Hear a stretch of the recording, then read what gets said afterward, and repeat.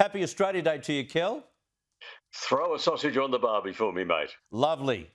That's a good sentiment. We'll do plenty of that. I'll do some when I get off this show. Firstly, accents. How did we get such a nasally and often lazy accent? Where did that come from? Came from a process called levelling down because the convicts who came here came from all over England. And if you look at an accent map of England, it's like looking at a crazy patchwork quilt. There are different accents from one town to another, from one valley to another, from Devon to Yorkshire to Wales to Scotland. And people from all of those places were chosen by judges to come here. They had to understand each other. So they did this process of levelling down, taking the peculiarities out of their language and just leaving the language really plain and clear. And their children did it even more. And in fact, in the 1830s, an English visitor said, Australians speak the purest form of English on earth, meaning we didn't have all those regional accents in it. So it was that levelling down which gave us the accent. And it was the fact that we had a No, we got him we back ended now. up with an accent we just which is missed you fairly then. similar everywhere. I'll just pick that up, Kel, because you just dropped out. And then they differ. Our accents differ from state to state if we listen carefully, right? They do, you're right, but only slightly. You compare the differences here between how a Bronx taxi driver talks and someone in downtown Atlanta or Dallas. I mean, we've much less variation than most nations because of the movement of populations. The gold rushes did that. They started in New South Wales, went to Victoria, came up to the south coast of New South Wales, went to the Palmer River in Queensland, went to Kalgoorlie. That moved people around a lot. And the livestock industries, with moving herds of big mobs of sheep and cattle, moved people around. That movement meant our language is more similar across the nation than most other countries. Okay, what four foundations does our language rely on? There are four pillars, right?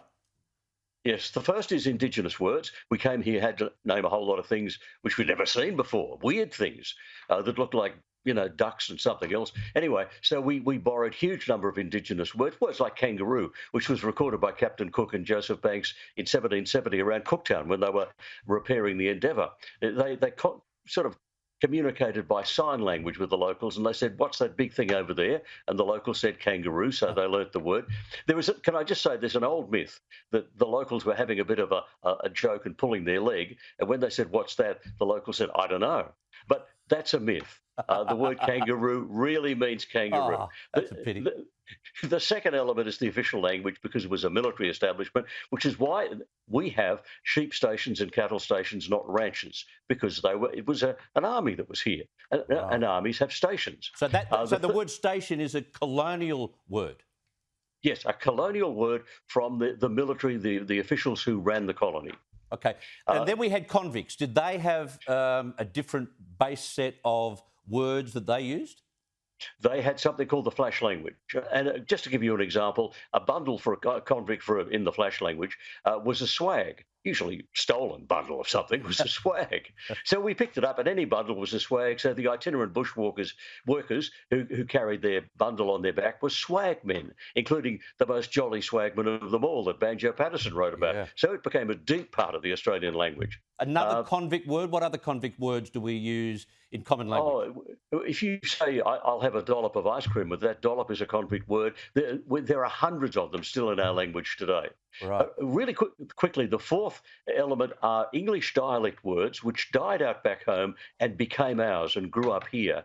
A good example is bludger, which is a very Australian word, came from the south of England, originally was pronounced bludgeoner, meaning someone who hit someone else with a bludgeon. And the person who did that was a prostitute's pimp. He used to bludgeon the customers if they got out of hand or to steal their money. Great But he story. was living on the earnings of others, so he was a bludger for us, and it became our word. Those four elements wove together and gave us the colourful language we have today. I don't know how many times I've been working or touring internationally and having to explain to someone what the words that I use actually mean, and it takes a long time to do so. If only I had your understanding of the origins of the words, it would probably be easier process to get through.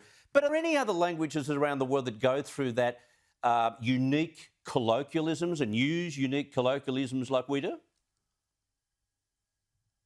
we have been described by a couple of experts, a British linguist, Michael Quinion, says we have the most inventive form of English on the planet, partly because it comes from all those sources blended together, and partly, said Michael, because Australians seem to have the ability to coin a phrase on the spur of the moment. And we do. I mean, only in Australia would you call leftovers YMCA. Yesterday's muck cooked again. I mean, we just keep coming up with it, and they love it overseas. I met some Americans at an airport once, and they said, "Say it for us." Keep talking, they say. What? Yeah.